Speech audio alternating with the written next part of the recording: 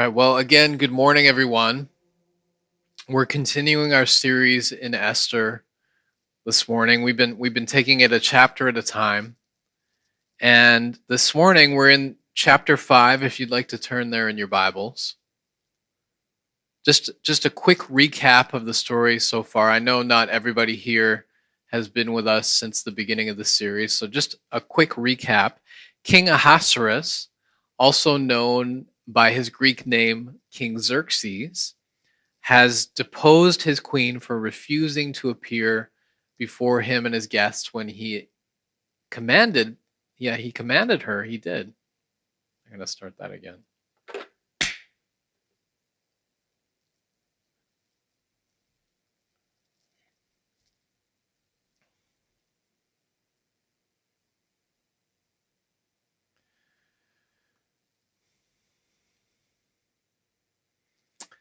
Well, again, good morning, everyone. We are continuing our series in the book of Esther, and we've been taking it a chapter at a time. This morning, we're in chapter 5, if you'd like to turn there in your Bibles. Just a brief or a really quick recap of the story so far. I know not everybody here has been with us since the beginning of the series, so just a really quick recap. King Ahasuerus, who's also known by his Greek name Xerxes, has deposed his queen for her refusing to appear before him when he commanded her to come before him and his guests at a feast that he was holding. And so the search for a new queen takes place, and long story short, Esther becomes the new queen. 5 years pass, and Mordecai, Esther's adopted father, has a run-in with a man named Haman. Haman has been promoted to one of the highest positions in the kingdom. And the king commands that all officials in the king's gate must bow before Haman.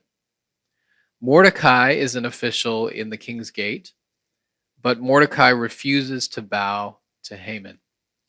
And we talked about some possibilities for this, but the text doesn't really tell us why.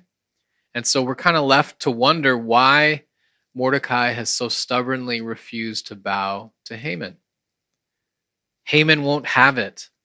And in his rage, he comes up with a plan to not only punish Mordecai, but to ensure that all of Mordecai's people are punished as well. He approaches the king and manipulates the king into letting him write an edict which will have the Jewish people wiped out. Last week we saw that at the news of this, Mordecai is beside himself. He tears his clothes in grief. He puts on sackcloth and ashes, and he wanders throughout the city crying out loud until he gets to his workplace, the king's gate, and he parks himself at the entrance. He can't go in with sackcloth and ashes. It's not allowed. So he parks himself at the entrance, and he weeps and he laments. But Mordecai is not the only one grieving. We saw that there is bitter weeping and mourning throughout the Persian Empire as the Jewish people learn of this news that in 11 months' time, they will all be wiped out. And so we saw in chapter 4 last week also this back and forth between Esther and Mordecai. They don't speak directly, but they communicate through Esther's servants. And to our surprise, Esther actually has no idea why Mordecai is in mourning. She must have a very secluded, a very private life in the palace. She has no idea. And so when she hears the reason that Mordecai is mourning, is so sad, she's in shock. And then we get more back and forth. Mordecai asks Esther if she will go to the king and plead for her people. But she replies that she hasn't even seen the king for 30 days. And besides that, there's no way that she can appear before the king unannounced. Anyone except for the king's attendants who appear before him unannounced can be put to death. She's basically saying it's too risky. I can't do this. Mordecai sends a reply arguing that she's in danger either way. If she stays quiet, it's likely that the king will find out that she's Jewish. And then what would happen to her when the rest of the Jews in the empire are annihilated? And then Mordecai says something that has become the most well-known verse in the book of Esther. He says, "And who knows whether you have not come to the kingdom for such a time as this?" In other words, this may be the reason that you have become queen, Esther. When we first met these two, Mordecai and Esther, there's nothing that tells us that they were devout in their faith, that they were practicing Jews. In fact, they both use pagan names. Mordecai and Esther are both pagan names. Also, remember, they are among the 1,000,000 or so Jews that decided to stay in Persia instead of going back to Jerusalem when King Cyrus allowed them to go back to their homeland. And what we see when we're first introduced to these two is Mordecai telling Esther to hide the fact that she is Jewish. Mordecai and Esther may very well have been cultural Jews. Having grown up in this pagan culture, they may have been Jews in name only.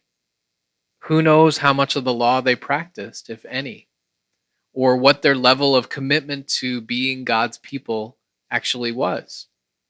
And I say that because of what we read in another book of the Bible. In the book of Nehemiah, we read that the remnant of Jews that do return to Jerusalem from Persia are gathered together, and Ezra, the priest and scribe, spends nearly a month reading the law to them.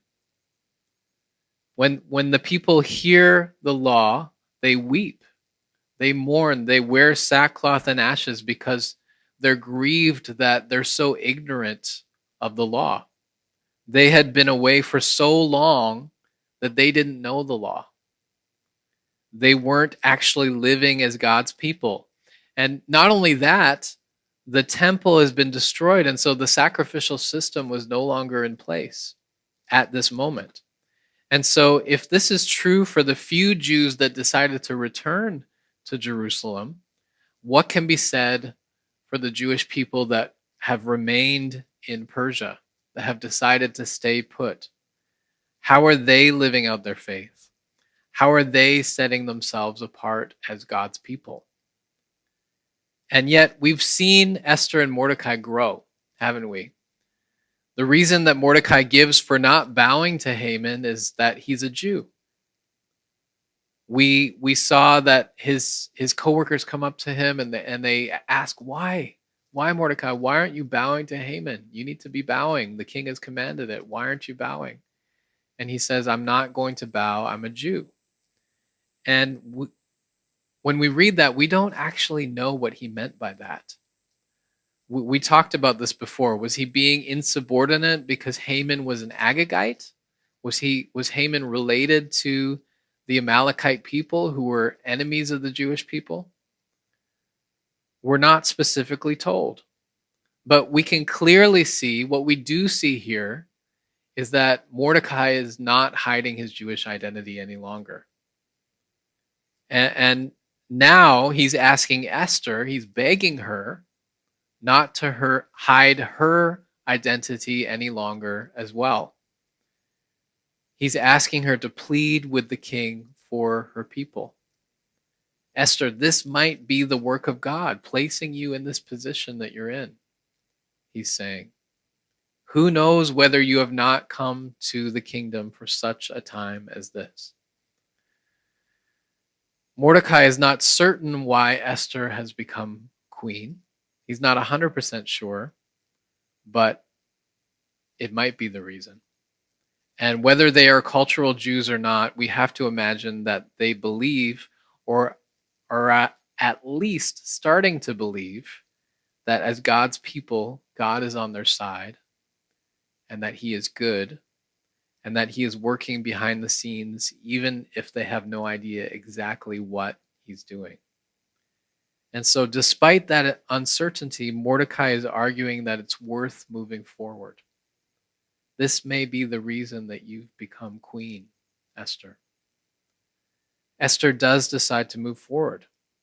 She asks Mordecai to gather all the Jews of the city to hold a fast on her behalf for 3 days and 3 nights. She is also going to fast and then go to the king. And this is where we find ourselves this morning in chapter 5, verse 1. Let me read it. It says, "On the 3rd day, Esther put on her royal robes and stood in the inner court of the king's palace, in front of the king's quarters, while the king was sitting on his royal throne inside the throne room, opposite the entrance to the palace." So the text tells us that it's the 3rd day, meaning the 3rd day of the fast. Esther and the entire Jewish population of Susa have been fasting and seeking the Lord for the past 3 days. They've been fasting, they've been praying, they've been seeking God's intervention on Esther's behalf. But it's the 3rd day now, and Esther goes to the king. And so it's likely that the Jews of Susa are still fasting and praying as she's going to the king. She puts on her royal robes. She probably spruces herself up for the king. And then she stands at the inner court and she waits. What will the king do? Verse 2. "And when the king saw Queen Esther standing in the court, she won favor in his sight. And he held out to Esther the golden scepter that was in his hand.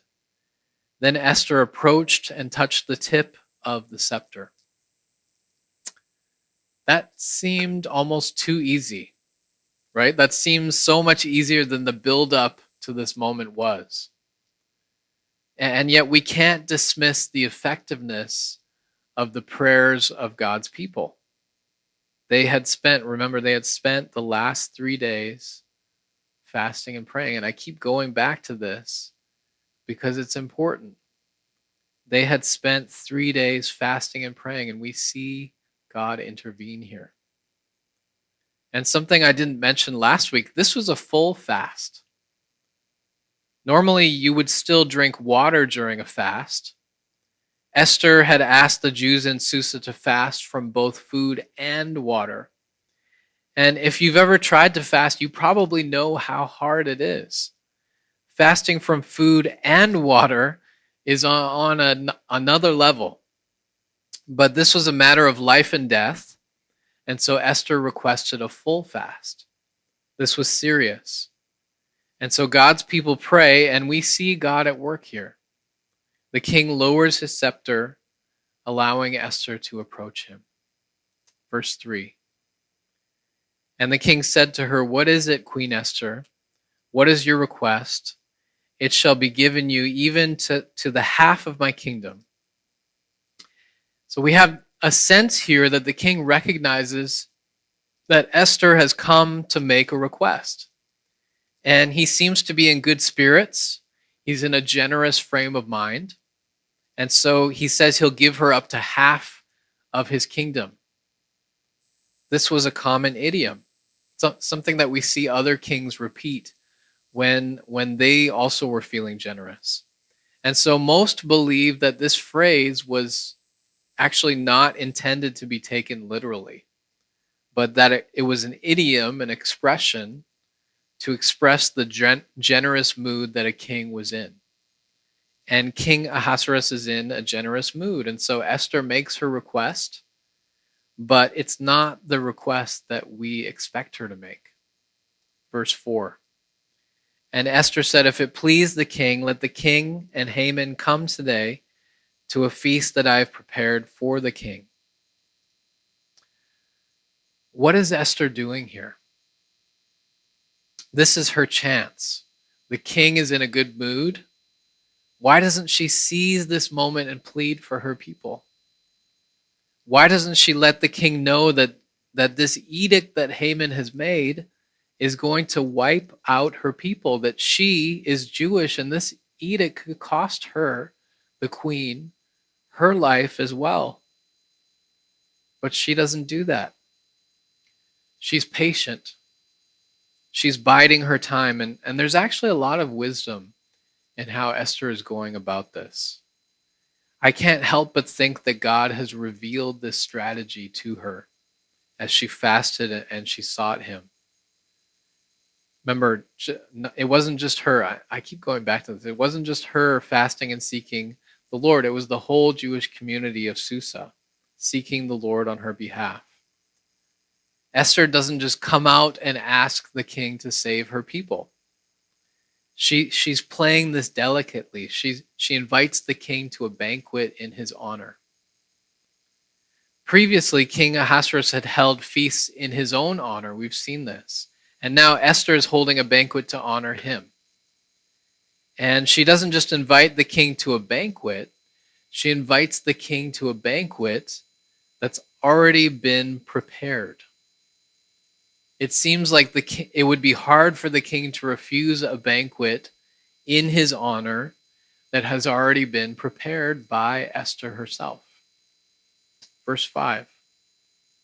Then the king said, "Bring Haman quickly, so that we may do as Esther has asked." So the king and Haman came to the feast that Esther had prepared. It must have taken a lot of guts for Esther to invite Haman to this banquet. This is the man who had devised this evil plan to rid Persia of all Jews. And so we're seeing that Esther really does have a plan. Likely a divinely inspired plan. This time of fasting has sharpened Esther's confidence and trust in the Lord. And she's willing to take a risk here. Yes, the king lowered his scepter and permitted her to come and seek him and make a request, but she's still in danger here. He, the king, has no idea that his wife is a Jew. And Haman is just as much a threat to Esther's life as her husband is. Esther knows that her life is on the line. We saw that at the end of chapter 4. But she's willing to at least try and hope for the best. Hope that God will come to her rescue to deliver her and her people. Verse 6. And as they were drinking wine after the feast, the king said to Esther, "What is your wish? It shall be granted you. And what is your request? Even to half of my kingdom, it shall be fulfilled." So dinner winds down, the wine comes out, and the king asks, "Esther, what is it that you want?" Here's her chance. Verse 7. Then Esther answered, "My wish and my request is, if I have found favor in the sight of the king, and if it please the king to grant my wish and fulfill my request, let the king and Haman come to the feast that I will prepare for them, and tomorrow I will do as the king has said." Again, it's not what we expect Esther to say, but she must have a plan. There's a strategy here, and you can see it in the wording of Esther's answer even. She doesn't just invite the king to another feast. She connects the king's attendance with his granting her unnamed request. She says, "If it please the king to fulfill my request, then come to the feast." If we flip that around, come to the feast if it please the king to fulfill my request.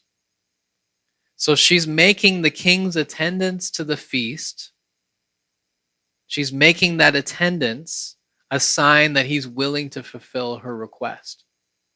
Think about that. She's phrased this request in a way that if the king comes to her feast, he's committing to grant her request. There's a lot of wisdom here. God has clearly given her this deep insight as she and the Jewish people of Susa sought the Lord. We can clearly see that God has given her this insight. And now the scene shifts to Haman. Verse 9. And Haman went out that day joyful and glad of heart. Haman is on top of the world. He's been promoted to one of the highest positions in the kingdom. He's just had this great private banquet with the king and the queen. And he's been invited to another private banquet with them the next day. He's got the favor of the king and the queen, or so he thinks. Things are going his way, but then something happens as he's leaving. Verse 9. But when Haman saw Mordecai in the king's gate, that he neither rose nor trembled before him, he was filled with wrath against Mordecai. Nevertheless, Haman restrained himself and went home, and he sent and brought his friends and his wife Zeresh. Apparently, Mordecai has finished his fast. He's discarded his sackcloth, and he's resumed his position in the king's gate. Remember, the king's gate was not the entrance to the palace or the citadel. It was the name of the building where the judicial and administrative affairs were conducted. And Mordecai's back to work. Haman enters the king's gate, and there's Mordecai. And he refuses to honor Haman by standing or bowing to him. Even in the face of death, Haman refuses to fear, or Mordecai refuses to fear Haman. And this just drives Haman crazy. But he restrains himself somehow, and he storms off to his home, and he calls for his friends and his wife to come so he can vent. Verse 11. And Haman recounted to them the splendor of his riches, the number of his sons, all the promotions with which the king had honored him, and how he had advanced him above the officials and the servants of the king. Then Haman said, even Queen Esther, let no one but me come with the king to the feast she prepared. And tomorrow also I am invited by her together with the king. We can see that these are the things that really mattered to Haman. Wealth and power and position and recognition. Has he really called his friends together to brag? I guess that's what he's doing here. But he also wants to vent. He wants to be consoled. So verse 13 says, yet all this is worth nothing to me, so long as I see Mordecai the Jew sitting at the king's gate. Even with all that Haman has, he still isn't satisfied. You can feel the depth of his pride here, right? One person won't bow down to him, and he can't stand it. I don't know how many people worked at the king's gate, but all of these people every day bow down to him, and only one person won't bow down, and it's eating at him. And so he gathers his friends and his wife to console him. And they do, verse 14. Then his wife Zeresh and all his friends said to him, let a gallows 50 cubits high be made, and in the morning tell the king to have Mordecai hanged upon it. Then go joyfully with the king to the feast. This idea pleased Haman, and he had the gallows made. Haman is so bothered by a man who's already consigned to death. Mordecai will die with the other Jews in 11 months' time. All of the Jews in Persia, right? But Haman is so bothered by this that he can't wait to get rid of Mordecai right now. His pride drives him to fury, and in his impatience, he has these gallows made immediately. He's delighted in the suggestion to have Mordecai killed the next day. And so what's going to happen? It looked like the tides were turning here. Esther has this plan to have the king somehow overturn the edict or reverse the edict to wipe out the Jewish people in Persia. Her plan looks to be working. The king is set to come to her banquet the next day. But we learn here that before that feast, Haman plans to have Mordecai killed. And we're left here wondering how things are going to turn out. Is Haman going to come out on top, or will God intervene? We'll have to wait to find out next week. Of course, you can read ahead if you want later when you go home today. But in this chapter, what can we learn in this chapter here in chapter 5? What can we take away from chapter 5 this morning? I think there's a few things here. And the first thing that I think that we see is that God uses the weak. Yes, Esther is the queen of Persia. And so our first thought may not be that she is weak, but this is clearly a time of weakness for Esther. She is in as much danger as her people throughout the empire are. As Mordecai said to her in chapter 4, do not think to yourself that in the king's palace you will escape any more than all the other Jews. She could easily be found out. But not only that, at the end of chapter 4, Esther decided to go before the king unannounced and to risk her life. And he could have had her killed for that. She's still not in the clear. She still needs to present her case before the king and reveal to him something that she's been hiding from him. She is a Jew. How will he react to that? We see Esther in this position of weakness. She is powerless, but she recognizes her powerlessness and she surrenders to the one who is all powerful. She turns to God and she spends 3 days and 3 nights in fasting and prayer. And she asks Mordecai to gather all the other Jews in the city to do the same. She turns to God in weakness and in the acknowledgement that she can do nothing without him.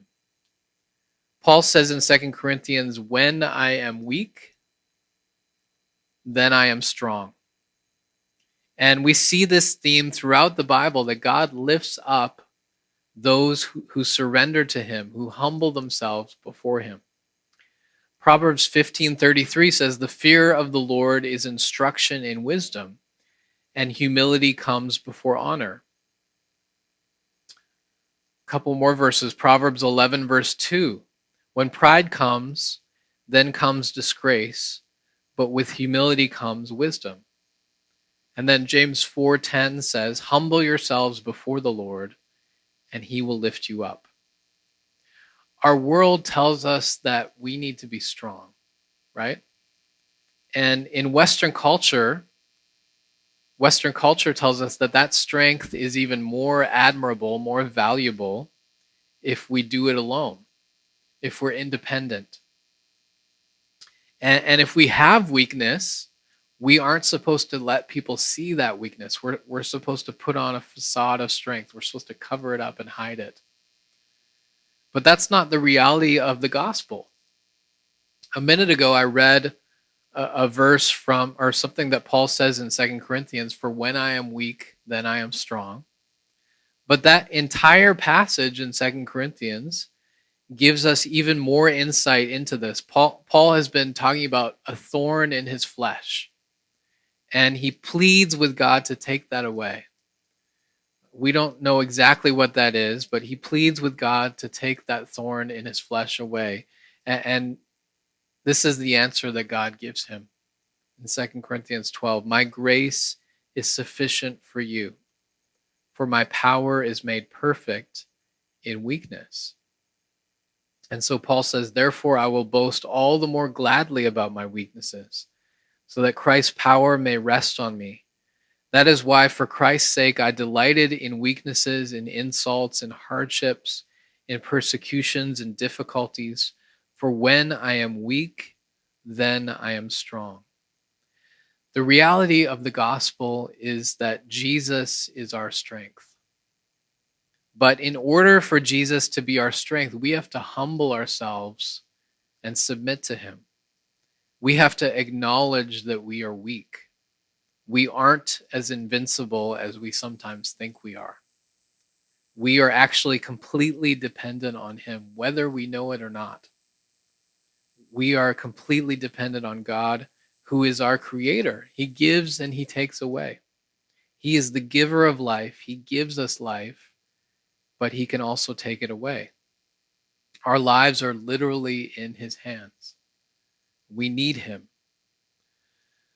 Something else that I think we can learn from chapter 5, actually something we see throughout the book with Haman, is that God opposes the proud.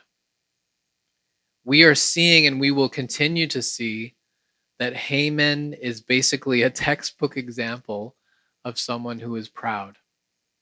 His life is completely fixated and centered on himself. And the Bible warns us about being proud. Proverbs 16 says, "Pride goes before destruction, and a haughty spirit before a fall." God opposes the proud. And so Haman is in the most dangerous place that a person can be, in opposition to God. Haman has no idea that the God of the Jewish people, who he wants to wipe out, is in charge, and that this God exalts those who humble themselves before him, but that he also humbles those who exalt themselves. There is such a huge difference between Haman and Esther at this point in the story.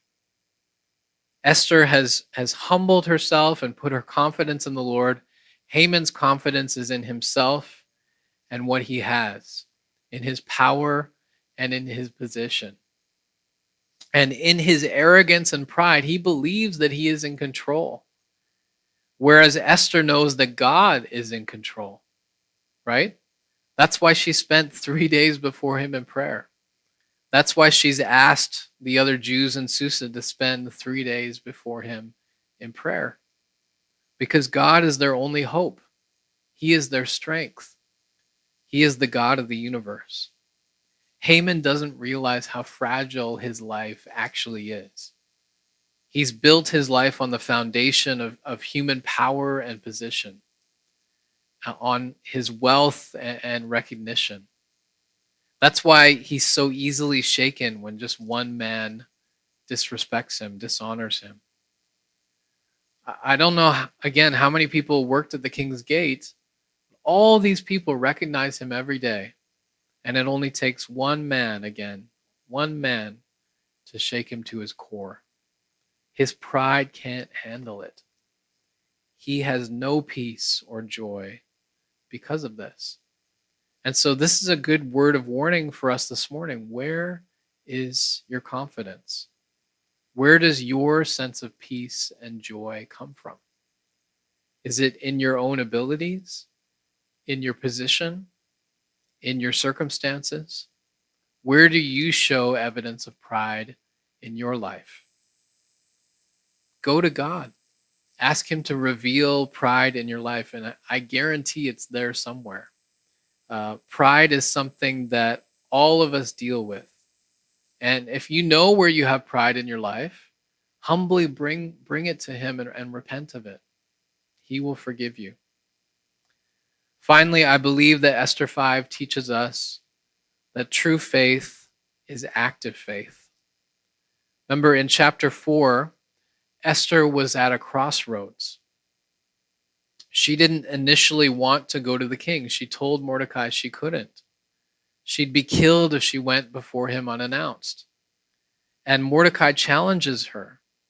He challenges her to place her faith in God. The end is not certain. Neither of them know if Esther will be successful. But who knows, Mordecai says, whether you have not come to the kingdom for such a time as this. Leaning on God is always worth the risk. Although there was uncertainty in their circumstances, in how things were going to turn out, they had faith in God, and they went to him for 3 days and 3 nights in prayer and fasting. Esther's faith causes her to act. It's not passive. She acts. She acts when she goes to him in prayer and fasting. And then she acts when she steps out and she takes this risk to come before the king and put her plan in action. There will be times when our faith is also put to the test. Those are the times when our faith grows because it's challenged. When we face a crossroads, we also have to make the same choice as Esther. Do we trust in the God of the universe? Is he the one that we turn to? Or do we stay quiet? Do we do nothing? In that crossroads, Esther was faced with the reality that it was possible that God had put her in this position as queen for such a time as this. And that led her to pray and to fast and then go to King Ahasuerus despite the danger. This was Esther's faith in action.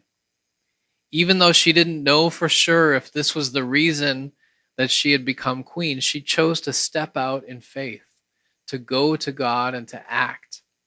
And so I have to ask you this morning, where might God be leading you to step out in faith? Where might God be calling you to follow him in this season? What risk might he be asking you to take?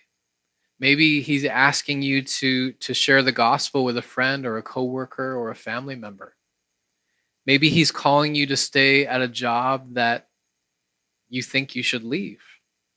Maybe he's asking you to leave a job that you think you should stay in. Maybe he's just asking you to do something outside of your comfort zone. Where is God calling you into action in this season? Because faith is never passive, it's always active. It's always being put into action. Not that we're earning anything. We don't earn our position or our standing with God, but by acting out our faith, we're living it out. We're demonstrating that it's real to us, that we not only believe in God and in what he says, but that we also trust in God and in what he says. Let me say that again. We not only believe in God and in what he says, but we also trust in God and in what he says. Maybe you don't feel like you're at a place where God can use you. You don't think you're good enough or strong enough. But remember, the message for us this morning is that God uses the weak, the humble, and he opposes the proud. He's looking for people who will humble themselves and submit themselves to him, to lay their pride aside, to surrender it to him, and to act in faith, because true faith is active. Let's pray.